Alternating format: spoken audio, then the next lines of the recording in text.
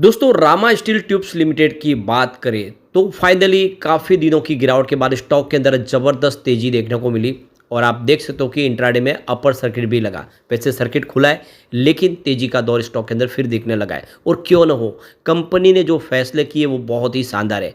2-3 बड़े स्टेप उठाए गए कंपनी की तरफ से जो आने वाले समय इसको एक बहुत बड़ी तेज़ी प्रदान कर सकते हैं। स्टॉक में पिछले कई दिनों से कोई खास तेज़ी नहीं बढ़ी थी। 10 रुपये के आसपास स्टॉक काफ़ी समय से था। अब यहाँ पे कंपनी डिफेंस सेक्टर में आ चुकी है, तो यहाँ पे डिफेंस सेक्टर को लेकर बहुत बड़ी गुड न्यूज़ निकल के आ रही है, जिसको इस वीडियो के माध्यम से डिस्कस करेंगे। इसके अलावा कंपनी का अब रिन्यूएबल एनर्जी सेक्टर में भी एंट्री हो चुकी है, तो वहाँ पर भी एक अच्छी गुड न्यूज़ है जिसको हम समझने वाले हैं। तो यहाँ पे इन सारी बातों को समझने के बाद ये जानने की कोशिश करेंगे क्या 15 रुपये के आसपास रामा स्टील ट्यूब्स लिमिटेड में हमें इन्वेस्टमेंट करना चाहिए। वैसे इसको हम बोनस का बादशाह कह सकते हैं क्योंकि लगातार इसने बोनस दिया है। 2016 के बाद 3 बार बोनस और 23 और 24 में दोनों में हमने लगातार बोनस देगा, यानी हर साल बोनस देने वाली कंपनी इसको कह सकते हैं। तो क्या निवेश करना चाहिए, जानेंगे इस वीडियो के माध्यम से। लेकिन फ्रेंड उससे पहले अगर आप पहली बार हमारे चैनल पे आए तो चैनल को सब्सक्राइब कर दीजिए, एक बेल आइकॉन दबा दीजिए ताकि जब भी नया वीडियो बने पहला नोटिफिकेशन आपको मिले। वीडियो पसंद आए तो लाइक से जरूर कीजिए। चलो फ्रेंड्स वीडियो स्टार्ट करते हैं। मैं हूँ आपका दोस्त SP दवे और हमारे अपने चैनल ऑनलाइन कमाई में आपका बहुत बहुत स्वागत है। तो सबसे पहले आज के कारोबार की बात करें तो स्टॉक की शुरुआत तो निगेटिव हुई 14.18 पर, क्लोजिंग कल 14.29 के आसपास थी। इंट्राडे में 13.87 का लो भी बना, यानी आज निचले लेवल से खरीदारी का मौका मिला। स्टॉक 14 से नीचे गया, जम के खरीदारी शुरू हुई और नतीजा ये हुआ कि 15.71 पर 10% का अपर सर्किट लगा। अंत में सर्किट खुला और क्लोजिंग 15.36 के आसपास रही है, जहाँ पे 7.49% की ज़बरदस्त तेज़ी देखने को मिली। काफ़ी दिनों के बाद ज़बरदस्त तेज़ी का वातावरण यहाँ पे बना है। अब यहाँ पे इस परफॉर्मेंस को अगर आप देखें तो इस महीने की शुरुआत में देखिए सितंबर में ही स्टॉक आपको 10.5 के आसपास मिलेगा। आप देख सकते हो कि 30 अगस्त में 10.37 के आसपास स्टॉक था और 2 सितंबर से इसमें तेज़ी बननी शुरू हुई।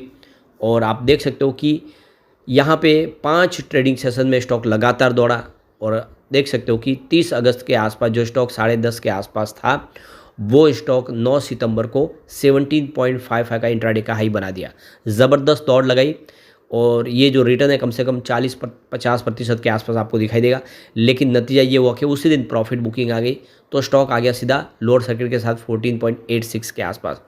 उसके बाद स्टॉक काफ़ी समय से कंसोलिडेट हो रहा है। आप देख सकते हो कि उसके बाद फिर एक बार तेज़ी बनी, स्टॉक 14 तक आ गया 10 सितंबर को। उसके बाद में 3 दिन लगातार तेज़ी बनी। उसका नतीजा ये रहा कि स्टॉक एक बार फिर से 17 तक पहुंच गया 13 सितंबर को। और अब आप देख सकते हो कि स्टॉक उसके बाद काफ़ी समय तक आपको नीचे अप डाउन होता हुआ दिखाई देगा। लेकिन फाइनली अगर आप देखें तो स्टॉक अब वापस यहाँ पे 15 को क्रॉस कर चुका है, 14 के लेवल को तोड़ा है और 15 को पार कर चुका है। तो एक नई तेज़ी की तरफ स्टॉक आगे बढ़ता हुआ अब दिखाई देगा। वॉल्यूम काफ़ी अच्छा बढ़ने लगा है। पिछले एक महीने पहले इसका 15 करोड़ का वॉल्यूम था, 4 करोड़ की डिलीवरी उठाई गई थी। 1 वीक पहले 6 करोड़ का वॉल्यूम था, 2 करोड़ की डिलीवरी उठाई गई थी। और यहाँ पे देख सकते हो कि कल 10 करोड़ का वॉल्यूम था, 3 करोड़ का डिलीवरी बेस काम हुआ और आज भी 10 करोड़ का वॉल्यूम है। तो ज़बरदस्त वॉल्यूम में कामकाज हो रहा है। अब यहाँ पे देखो कि डिफेंस सेक्टर के स्पेनी स्टॉक ने आज 10% का अपर सर्किट लगाया, काफ़ी बेहतर किया 26 सितंबर को। तो देख सकते हो इसके पीछे जो सबसे बड़ी गुड न्यूज़ ये है कि कंपनी ने अपनी जो सब्सिडीज कंपनी है लेपाक्सी ट्यूब प्राइवेट लिमिटेड, उसका 13.27 करोड़ का जो कर्ज था उसको कम किया है। और देख सकते हो कि ये जो इनका जो लोन फैसिलिटीज़ है वो इन्होंने 64.16% कम कर ली है, यानी बहुत जल्द पूरी तरह से कंपनी कर्ज मुक्त हो जाएगी और कंपनी अपनी जो भी देनदारियाँ धीरे धीरे चुकाना शुरू कर चुकी है। तो ये बहुत बड़ा प्लस पॉइंट है। कंपनी के पास जो फंड आ रहा है उसका इस्तेमाल किया जा रहा है। और आप देख सकते हो कि इन्होंने एक बड़ा फैसला और किया, इन्होंने ओनिक्स रिन्यूएबल एनर्जी के साथ में पार्टनरशिप कर लिया। अब दोनों मिलके सोलर सेक्टर में कामकाज करेंगे। कंपनी अब तक सिर्फ स्टील सेक्टर के लिए काम करती थी, लेकिन अब कंपनी ने नए ज़माने के बिजनेस की तरफ भी अपना रुख कर लिया है और वो है ग्रीन एनर्जी का बिजनेस। तो ये गेम चेंजर साबित हो सकता है। ओनिक्स रिन्यूएबल के बाद मिलके ये सोलर स्ट्रक्चर वगैरह बनाएंगे और ये पार्टनरशिप बहुत आगे तक जा सकती है। और यहाँ पर भी इसकी जो है तेज़ी की संभावना नहीं रुकती। कंपनी ने अभी देख रिसेंटली ही पिछले महीने एक रामा डिफेंस प्राइवेट लिमिटेड नाम से डिफेंस कंपनी का गठन कर दिया है। अब ये डिफेंस सेक्टर में काम करेगी कंपनी। आप देखें तो इस सेक्टर में trading, importing, exporting, manufacturing, assembling और सप्लाइंग करेगी। सारे इक्विपमेंट कंपनी बनाएगी और इसका एक बड़ा बिजनेस मॉडल इन्होंने तैयार कर लिया है। डिफेंस सेक्टर में प्रचुर संभावना है और इसका फ़ायदा उठाने के लिए कंपनी ने अभी कमर कस ली है। तो देख दो कि 1974 में बनी हुई है Rama steel tubes limited company है। स्टील सेक्टर में एक बड़ा नाम है और पिछले 50 सालों से कंपनी काम कर रही है, बहुत सारा अनुभव है और अब देख दो कि कंपनी ने अपने बिजनेस को डाइवर्सिफाई कर लिया है। अब यहाँ पे जो एक बड़ी गुड न्यूज़ निकल के आ रहे हैं, इंडिया का जो डिफेंस प्रोडक्शन है वो रिकॉर्ड हाई पे पहुँच चुका है। 1.27 लाख करोड़ का देख दो ग्लोबल एक्सपोर्ट किया कंपनी ने 90 कंट्रीज़ में। यानी अब तक कंपनी में सिर्फ इंपोर्ट किया था डिफेंस प्रोडक्ट, हम इंपोर्ट करते थे, लेकिन अब एक्सपोर्टर बन चुके। इंडिया के अंदर बहुत सारे वेपन वगैरह बने, डिफेंस प्रोडक्ट बन रहे हैं और वो अब एक्सपोर्ट किए जा रहे हैं। तो ये बड़ा अचीवमेंट है। आप देख दो कि ये लेटेस्ट जो अपडेट है कि हमारे जो डिफेंस मिनिस्टर राजनाथ सिंह की तरफ से बुधवार को ये अनाउंस किया गया है कि मेक इन इंडिया के तहत अब एनडीए गवर्नमेंट ने जो सोचा था वो सपना सच हुआ है और हमने 1.27 लाख करोड़ का फाइनेंशियल 2023-24 में डिफेंस सेक्टर से संबंधित प्रोडक्ट एक्सपोर्ट कर दिए। तो ये बहुत बड़ी अपॉर्चुनिटी है। इंडिया का डिफेंस एक्सपोर्ट देखें तो फाइनेंशियल 2023 में 21,000 करोड़ के आसपास, जिसको टारगेट रखा है पिछले आने वाले 5 सालों में 50,000 करोड़ तक पहुंचाने का। तो बिल्कुल एक बड़ी अपॉर्चुनिटी इस समय दिख रही है रामा स्टील ट्यूब्स लिमिटेड के लिए, क्योंकि इन्होंने अब डिफेंस सेक्टर में एंट्री कर ली है। यहाँ पे इंडियन आर्म फोर्स ने जो फैसला किया करीब 130 बिलियन यूएस डॉलर का निवेश 2029 तक करने जा रहे हैं। काफ़ी बड़ा खर्च होगा और इसीलिए इस सेक्टर में आने वाले समय भी निवेश की जो संभावना उसको देख के लग रहा है कि इस सेक्टर से संबंधित कंपनियों को बहुत सारा बेनिफिट होगा। यहाँ पे ऑटोमेटिक रूट के माध्यम से 100% एफडीआई को भी मंजूरी मिल चुकी है।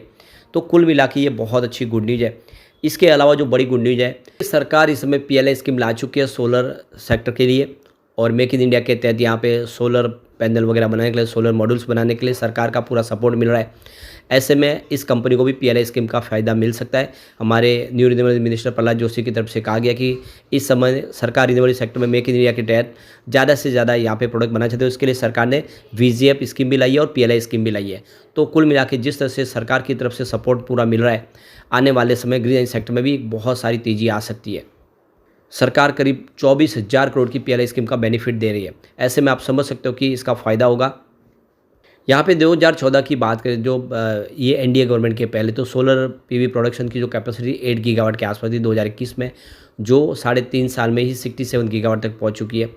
और आप देख दो कि सरकार जिस तरह से पीएलआई स्कीम के ऊपर खर्च कर रही है, उससे लग रहा है कि आने वाले समय ये और तेज़ी से बढ़ेगा।